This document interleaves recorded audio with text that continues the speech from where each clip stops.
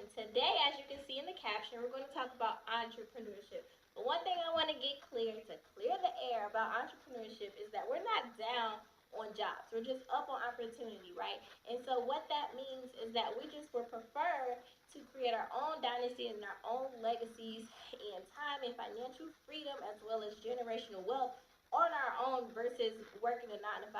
So don't let anybody make you feel less than for working a 9 to 5, okay? Because 9 times out of 10, starting off as entrepreneurs, most of us are still working our 9 to 5s to fund our dreams, right? And that's okay. But we just can't get stuck in our 9 to 5s because don't get me wrong, we're still going to need lawyers, doctors, educators, teachers, nurses, pharmacists, mechanics. We're still going to need all of those positions, right? And so you don't have to be an entrepreneur to do those things. So don't let anybody make you feel less than for not being an entrepreneur. Also, don't let anybody press you into being an entrepreneur. If you're not passionate about it, then it's not going to work.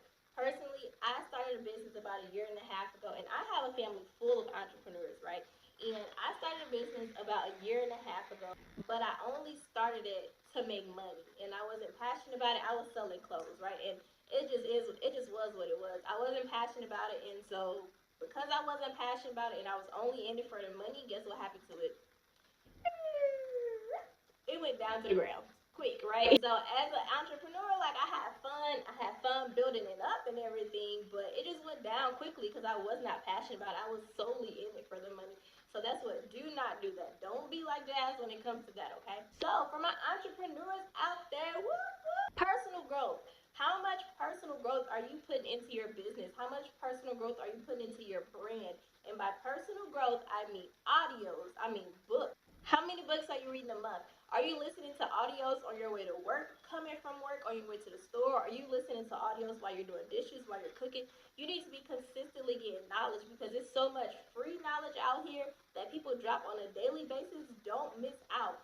Also, for the paid knowledge, don't let a price range or a number discourage you guys because these webinars and these seminars and these online classes that people take their time out to host and to put together, they're not doing it just for laughs and giggles. You know what I'm saying? Like you have to invest in yourself. Do not be afraid to invest in yourself. That is very important as an entrepreneur.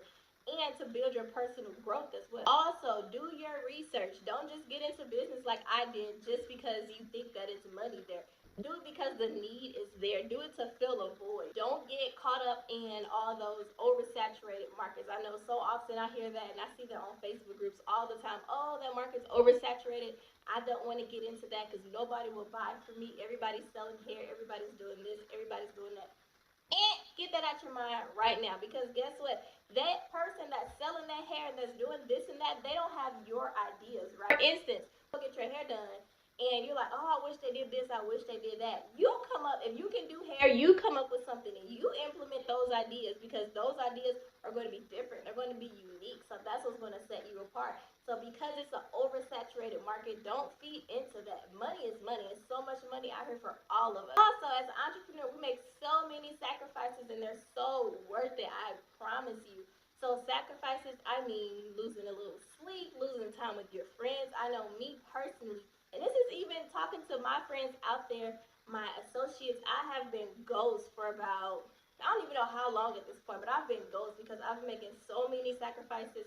I've been investing, I've been starting businesses, I've just been working on my personal development. And sometimes you have to isolate yourself and take that time for you to do what's best for you. Because guess what? Me having relationships with my friends and talking and going out and doing all that, is that putting money in my pocket? I'll wait because I haven't got paid from it. So I'm doing what's best for me and what's best for my kids, my grandkids, and my great grandkids. I want to leave a legacy, okay? And so with that, it takes sacrifices, and that's just how I sacrifice sleep, so much. But we're going to see the fruits of that labor pretty soon, okay? We're going to all see it together because I've been on this journey going hard. So that leads me to time management. Time management is so important because I'll be crazy if I just tell you, stay knee deep into your business, don't do this, don't do that. That's craziness. Like, I'm not here to put you down on that. You have to balance. You have to have a balance, guys, okay? You have to sometimes step back away from what you have going on and go get a drink. Go get your nails done. Just take some time away. Step back from your business because guess what? When you go back into it, you're gonna be like, oh my goodness, how did I miss that? Duh. Like boom, boom, there you go. boom, boom, boom, wada bing, wada bang, and you back in business because you took that step back. You got to take a step back sometimes. You have to breathe and get back to work, right? Networking. I know some of us introverts, I may not seem introverted, but I have some introverted ways. And networking is very important because word of mouth is important. And we all know sometimes it's not about what you know, it's about who you know, right? And you have to get out. You have to get to these events. You have to network. You have to be on social media. You have to make your brand known. You have to make your business known. And you have to network by doing that. Do not get comfortable like, oh, hopefully people will follow me or hopefully this, hopefully that. We're not doing that because your comfort zone is your broke zone. Don't be comfortable in what you're doing now. You have to elevate. We're on the journey. We're on the journey to get things going. We're not here to stay stagnant. We're here to grow. And your comfort zone is your broke zone. Quote me, your comfort zone is your broke zone. I didn't come up with that, but I'm just saying, right? And entrepreneur, you have to find your passion and your skill set. And sometimes those can be two different things, and that's okay. So, for example, my passion is to be with kids, right? But just because my passion is to be with kids don't mean I want to go out and create a business working with kids. Personally, that's okay. I may have a skill set. If you have a skill set of doing hair or doing nails or poetry or talking in a room full of people, that's a skill set. So you take that skill set and you make it profitable. You make it work. I know that's one of my affirmations. I do not work for money. Money works for me. So your passion versus your skill set. You can definitely go check out my bestie boo.